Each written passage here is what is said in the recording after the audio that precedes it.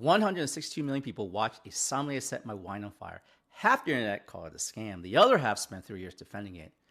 And both sides missed the same thing. The one detail I've known since the night I filmed this. Sitting at a table that wasn't supposed to be mine at the best restaurant in the world. The bottle didn't need it. I'm going to show you everything. The full uncut footage, nobody's seen, the exact bottle, and what that night cost. And the real answer, which is better than anything in the comments. Let me take you back to April 2017, 11 Madison Park, EMP, New York City. The week before, it had been named the #1 restaurant in the world by the World's 50 Best 50 organization, which made this overnight the hardest reservation on the planet. And I had one. It just wasn't for me. I had booked a table for someone else. He backed out at the last minute. You do not cancel the best table in the world. So I grabbed a friend and we went because I'm not going to waste that reservation. No occasion, no plan, definitely no plan to film anything. Partway through dinner, the sommelier walks up carrying a small burner like a Bunsen burner in high school and a pair of iron tongs. And he starts heating them over an open flame in the dining room of the #1 restaurant in the world. I had no idea what's going on. I had no idea when I recorded this that this would become the most watched wine video in YouTube history. I posted it without thinking, cut it down, no voiceover, no strategy. And that was the beginning of my YouTube channel, Keto Diet. 162 million views later, I owe you guys an explanation. 3 questions, 3 answers. What is this technique? What was that bottle? And why would anyone do this to a bottle that didn't need it? The tool is called port tongs. And the name tells you what the comments never figured out. This was not invented for wine like mine. Vintage port is built to age 50, 60, 80 years. The wine survives, the cork doesn't. After a few decades, it goes soft and crumbles, and a corkscrew doesn't pull it out. It shreds it into the bottle. We've all experienced that. So Portuguese cellar masters 2 centuries back stopped fighting the cork. Take the whole neck off below it.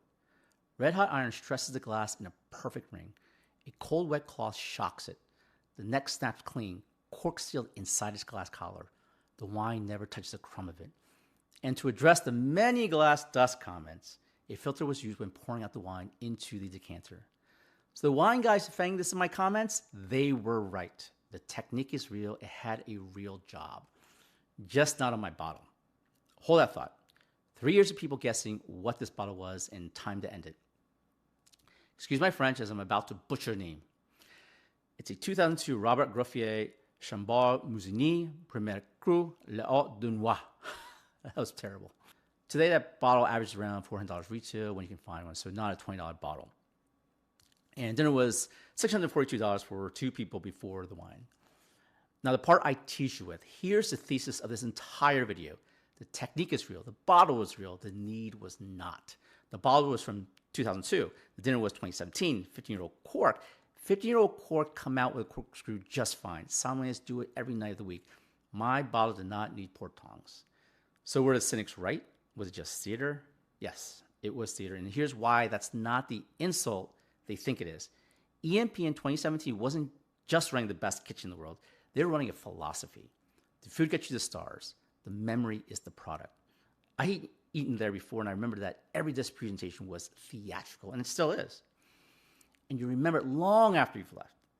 That somm didn't open my bottle that way because the cork demanded it. He did it because it would be unforgettable. 160 million views says it worked. The most effective piece of restaurant theater ever performed, and EMP never spent $1 promoting it. My iPhone did it for them by accident. The clip everyone's seen is 59 seconds long. The actual footage is 3 minutes and 24. The sealing of the wine bottle after the pour is pretty cool. Not one of those 162 million people has ever seen how this ends. People ask if the wine was worth it. Honestly, I remember the wine was great, but of course I remember everything around it was even better.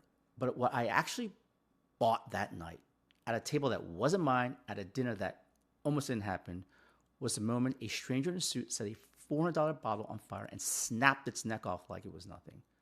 If you like this video and want to learn more about my curious food adventures, like and subscribe below.